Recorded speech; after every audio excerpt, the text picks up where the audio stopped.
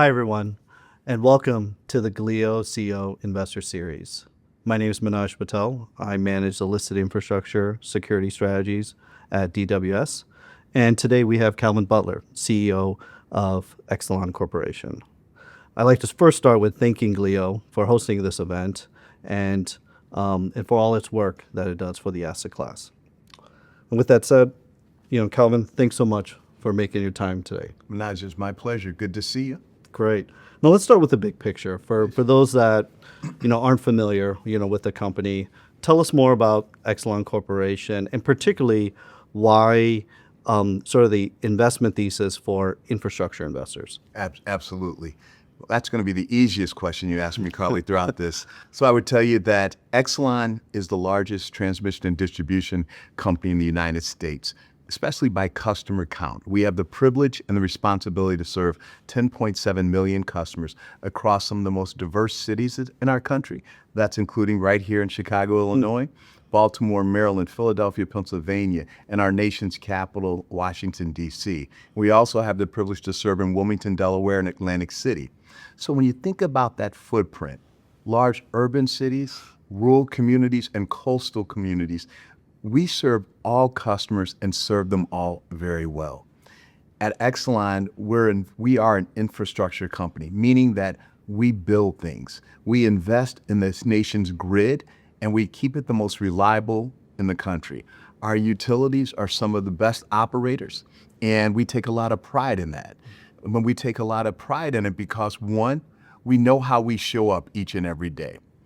Exelon companies combined are ranked number 1, 3, 5, and 8 as the most reliable utilities in the nation. And yes, we are striving to get to 1, 2, 3, and 4, so I'll keep you updated. But having said all that, it takes a lot of time and money to make that, to be that reliable. Our 4-year plan going out through 2028, we're investing $38 billion in capital. But not one project, Manoj, is more than 3% of our capital. So why do I share that with you? That means we're a low-risk infrastructure company. We don't have one customer or one project that's driving that investment, not one larger than 3%. And when you look at the variety and diversity of our customers, that is what makes Exelon Exelon. So I'm very proud of who we are, especially when you think about where we've come from. 3 years ago, we were a very different company. And this leadership team that we have assembled here today is, I think, one of the best in the industry and is really leading this transformation of Exelon 2.0 and doing it very well. Great. And so let's talk a little more about this $38 billion, Yes. That you're spending. Can you maybe just give us some context of, what's driving the investment? Obviously, a lot happening with data centers. Yeah. But even more specifically, you're in different geographic regions. You touch different sort of customer bases and industries. So can you help us unpack that a bit better? Absolutely. First and foremost, our investments are driven by keeping the lights on and the gas flowing. I talked about our reliability, so everything we do, so much is centered on building a reliable and resilient system. We go to our commissions with a plan, they approve it, then we get to work. And out of that $38 billion, most of it is on the electric side of the business. We have some of that investment that's on gas main replacement because we have 3 of our utilities that are in the gas distribution business, which is very important for safety and reliability. Over 30% of our plan is built on transmission, and all of our projects are built from the ground up, meaning that we don't start a project if we don't have a sense that it's serving that customer in an impactful way. And there's no lag within our jurisdictions. So these projects are based on concrete evidence that they're adding value. You talked about the growth that we're having across our business. Right here in Chicago, we've seen a growth of over 17 gigawatts of new load coming in, mostly driven by data centers. But hyperscalers, we've got just 2 weeks ago, we announced Quantum PSI coming with a campus right here on the South Shore, on the lakefront. That's exciting for this business. So 17 gigawatts of new load with just as much in the pipeline. So this is work that is going out for years. So once again, not driven by one customer, not driven by one project, driven by multiple concrete customers and business development opportunities. That's what I'm excited about. And Illinois is just one. We're seeing growth in Pennsylvania.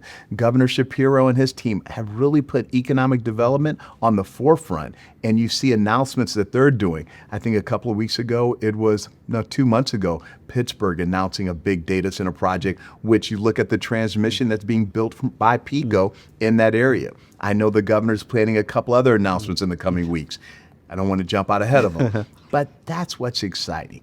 Maryland, you look at our Brandon Shores and our Tri-County transmission lines being built. 2 projects totaling over $1 billion. Transmission is becoming a big part of that investment thesis. And when you say transmission is only about 20% of our portfolio, but we're investing in our capital plan over 30 to 35% in transmission with a long trail behind it. So we're excited about that. And that's what makes up that $38 billion. Great. And so if based on what you're saying, a large portion of the investments are prioritized by obviously safety and reliability. And then what makes this environment sort of just better is that there's all these growth opportunities driven by the load growth that you're seeing in your territories. That's exactly right. I mean, it's been well over 30 years since we've had this type of load growth. Yeah. And people often wonder, okay, how is Exelon benefiting from that load growth? Well, I remind them, we're an infrastructure company, meaning that it doesn't happen without us. And we're the backbone of everything that's happening within our communities. Yes, I don't have generation, but I don't have the cyclical nature of that either. My assets, our assets are going to be critical, not just for today, but for the next 50 years. And it's a reason that our companies have been around 800 plus years, because they are economic drivers in the communities that we serve, not just around data center, but the small businesses, our large customers, the other manufacturing that's coming on. So I tell the team every day, yes, we're excited about this growth, but don't get too enamored because things come and go. Be consistent in what we do. And I think that's why people invest in Exelon. It's the level of consistency, not just in how we operate, our reliability, but our concern for our customers and how we're always using the customer's voice to do everything we do. Sure. And you talked a bit about transmission. And so maybe you can help us understand, that opportunity set. Obviously, we're seeing, a lot happening in just the whole electric ecosystem, right? You have all this load growth, new sources of new pockets of demand, obviously primarily driven by data centers, which are located in different parts of the country. And then obviously new sources of supply, right? Yes. We have the continued build out of renewable energy, and now we're seeing a lot of sort of activity on natural gas fired generation. Yes. So when you think about our investment, all the investments that I'm talking about right now within transmission, consider them in Exelon's footprint, which happens to be a very large footprint, but it's in our footprint. And there's 2 advantages of that. One, because of our size and scale, we know how to do it. And we don't have the same concerns about getting easements, getting waivers, because most of it is on our property. I give you one example, our $1 billion transmission project within the Brandon Shores area, 99% of that was on Exelon footprint. So the timing, the execution of that is that much simpler when it's on your footprint. That's one. And I haven't even shared with you about the $10 to $15 billion of potential transmission on the backside outside of our service territory that is adjacent to our markets. That's what's exciting for us, is that we don't see any slowdown because of the reasons you just outlined. The data center growth, the distributed energy resources that are being brought online, all require transmission and require to be built sooner rather than later. Going back to my statement, we're the backbone of this ecosystem, and getting it done well and getting it done in a timely manner is going to be critical. Sure. And obviously, you have all these investments, some large, some small, and they all come with their own sort of execution issues and risk. And so can you talk a bit more about how you're managing that, both on an individual project basis and then on an enterprise basis for the company? A couple of things on that. It's all about execution because you're meeting you're working to meet a customer's timeline. You're ensuring that time is money for our customers and understanding that. So let me give you an example. We had a large project in Delaware, a transmission project, and it was being built because some generating plants were retiring. And of course, that generating facility was getting reliability must run until the transmission lines were built. We completed that project over a year early and returned tens of millions of dollars back into our customers' pockets. That's what matters. And the execution of those projects, because of our size and scale, we have concerns around supply chain, but they're not as dramatic because we use our size and scale to leverage on how we show up so we can get that done. We have a metric within Exelon that all of our capital projects are always done within 1% to 2% annually of our total spend, and we compensate our employees for that. So for example, at ComEd, right here, they have a capital budget annually of well over $3 billion. They finish within 1% to 2% of that spent every year. That's how precise we are in doing what we do because we know it matters. So that is the why. And then I would tell you the larger scale, how we approach it. Every big project has a project manager, and we assign that person, he or she, to really driving the execution, identifying the risks early on before we ever break ground, because going back to meeting the customer, the cost involved in that, and ensuring that when we go back to the commission, they can see that we were prudent with every dollar that our customers have allocated to us. Because again, they've already signed off on the projects, meaning the commission. Now it's all about when we go back in at the end, a reconciliation that you did it right. And that's why it's so important. Great. And obviously to that vein, being a regulated business, obviously you have a lot of interaction both with regulators and, other, parts of the government, legislative environment as well. Can you talk a bit more about sort of what you're seeing and how that's impacting Exelon? Well, that's my gray hair. So, no. Well, size and scale matters, right?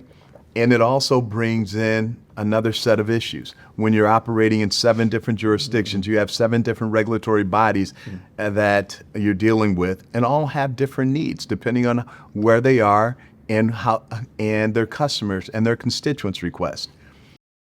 What we found is that when you're transparent and lay out your strategy and then involve in candid two-way conversation, good things can happen. We're in a time right now in this load growth period that affordability is becoming a big issue because we do know we have to invest in this system for 1, reliability and safety, 2, for load growth, and our governors all want economic development. But what comes with investment is rising costs. And then from our perspective as Exelon, 80% of the bill is not even me, not even our utilities, it's supply. And the supply costs, why? Because when you have increased demand and lower supply, the costs are going to go up. Of course. But customers, Manoj, like you at your home, you just see a higher bill with my utility's name on it. Yeah. You don't get caught up into who's supplying. You just know my ComEd bill or my BGE bill is higher. I have the responsibility to educate my customers, residential, small business, commercial, because they view it. I don't wash my hands from it, but I'm part of the solution. But it's difficult when you're not the majority of the problem. Of course. Yeah. Having said that, Exelon created a $50 million customer fund this year to help out. And as I told my regulators, this is temporary. This is a short-term assistance. We need long-term fixes, which is why we're leaning into regulated generation, meaning why utilities should own generation to increase supply and reduce the cost, making it more affordable for everyone. Having said that, regulators in different states are in different places with that. But by starting the conversation and being at the forefront of the why and talking about this is going to help your constituents and my customers is meaningful. We're making progress. And I'm encouraged by the conversations, but more importantly, because we're all working to solve the same problem, ease the burden of energy costs on our customers. And so what I'm hearing is that while, the environment, when it comes to regulation and sort of obviously different states have different setups, some of the issues that are creeping up, like affordability, actually create like possible investment opportunities, for Exelon in the future. You take that opportunity or you take that issue and say, what can we do? Sure. It has to be short, midterm, and long-term solutions. My view is that I'd love for the competitive markets to work, but when they're not, you can't keep doing the same thing. And that's the conversation I have with my governors, my regulators, and my legislators. I'm with you, but if this isn't working, let's do something different. I do believe that we need the competitive markets to work, but they have to build and be willing to build. I do believe utilities need to be part of that solution, and we're willing to step up in the right environments. You don't have these same issues in fully vertigrated markets. All of my markets are deregulated, so therefore I don't own generation. So what can we do to simulate what's working across the country? And when we have some of the fastest growing markets in terms of load growth. So that is one. And then I would also say too, is that our states and our regions are in different situations. I have Maryland, who's a net importer of energy, and then I have Illinois, that's a net exporter. So they have different needs. Okay, let's get different solutions, but let's talk about it. Sure. And thinking about just, what's out there in, new technologies and, distributed energy, where, is there an opportunity, for those things to play a role here in solving some of these issues? Absolutely. I believe that battery storage, increasing line capacity and usage in our transmission system, what I always say, we have to maximize what we have before we say we can want something different. That's one. Two, battery storage technology is going to play into all of this. And in some of our jurisdictions, they consider battery storage as a generation asset. So they're concerned in some degree about utilities owning it. But I'll give you an example. In Maryland, they're like, look, we're going to put out an RFP for battery storage, and if competitive market doesn't step up, hey, utilities, let's go. So we're going to give you a chance, but let's move forward. And I'm excited about that because new technologies are going to play, and we have to be at the forefront of utilizing it and can't be afraid not to do that. And it goes to that all of the above approach. But I agree with you, technology is going to be a key driver. Great. And then obviously, again, as a regulated utility and an asset-based business, you can't get away from talking about obviously balance sheet and financial flexibility. And so could you just help us understand how you're thinking about that and how you're managing, again, just with this significant CapEx opportunity that you're seeing in front of you? It's real. One of the things that I'm most proud of Exelon is we have the lowest downgrade threshold of anyone in the industry. And I think that's a recognition of our low risk profile. And that's very important to us. So when I talk generation or regulated generation, it has to be done under the right circumstances because I'm never going to put our balance sheet in risk because that's very important to us because that allows us the flexibility to borrow where all of our capital projects, our large capital plants, we're financing it with 40%. And that is part of what Gene, our CFO, has laid out. That is part of our strategy. Having said that, we've also removed risk off the table. 2025, 100% of our equity needs have already been funded, and most of it for 2026. So again, removing risk, removing volatility, because I know those who invest in us say, look, I don't want the noise. I want you guys to do what you say, do it well, and let me move on. And that's our whole mantra, is that keep the noise down. You don't need to hear about all the moving parts, but at the end of the day, meet the numbers, exceed expectations, and deliver excellence. And that's what we're striving. So our team is very proud of our low risk profile, and we aim to keep that. Great. And just to finish up, how does a dividend play a role into this? Well, dividend for our investors is everything. We're growing our business at 5 to 7% growth CAGR every year, midpoint or better, and we're on track to do that. We continue to grow our rate base up to 8%, and we don't see any shortage of being able to do that with the investment portfolio. You know, our Q4 call will be next year, and we'll update our next capital plan.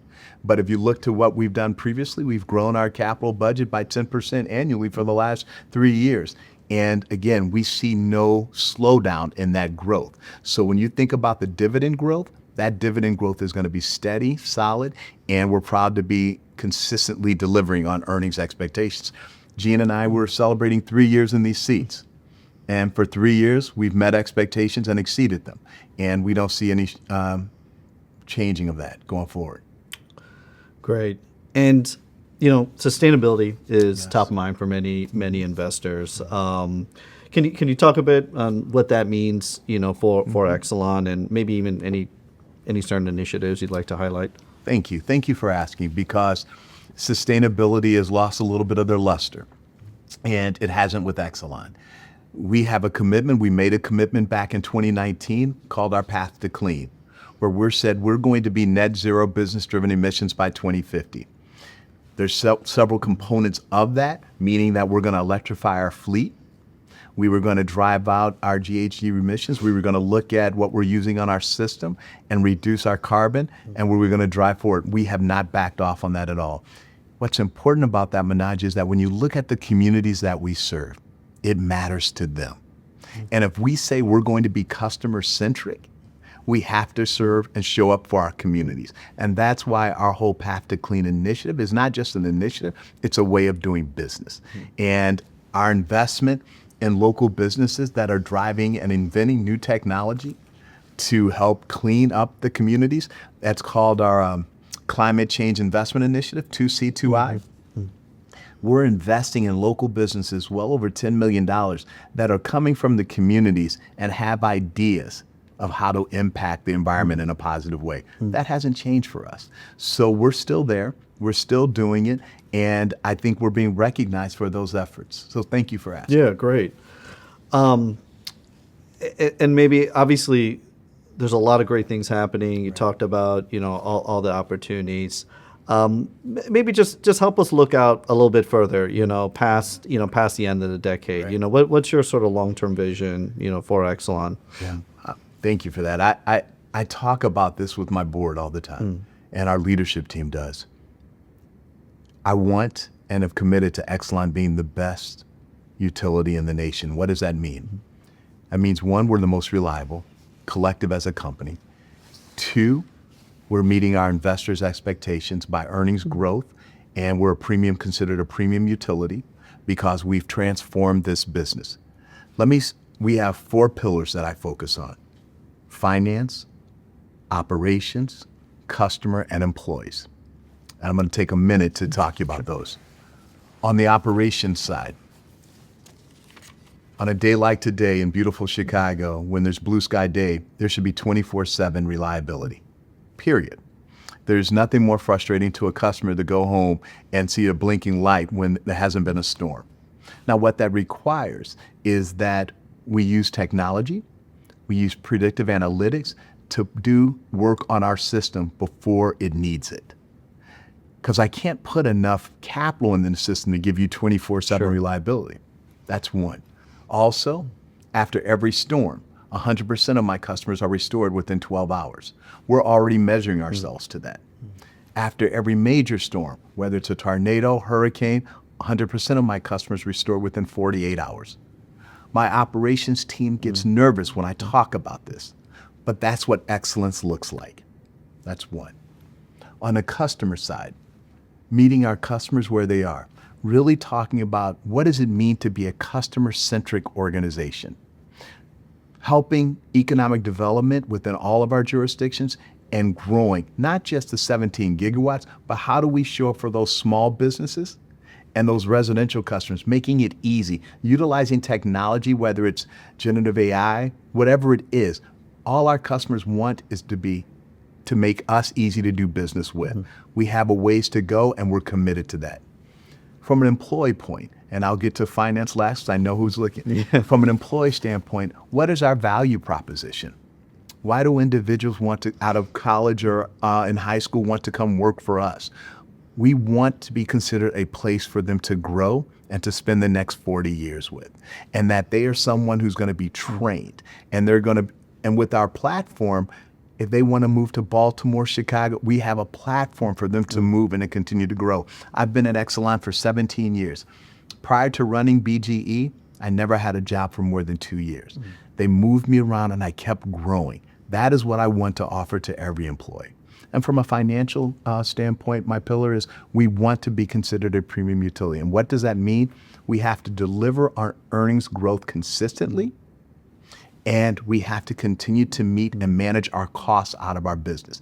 You notice in all of our earnings calls, we don't talk about how much cost we're bringing out of our business because that's part of our DNA.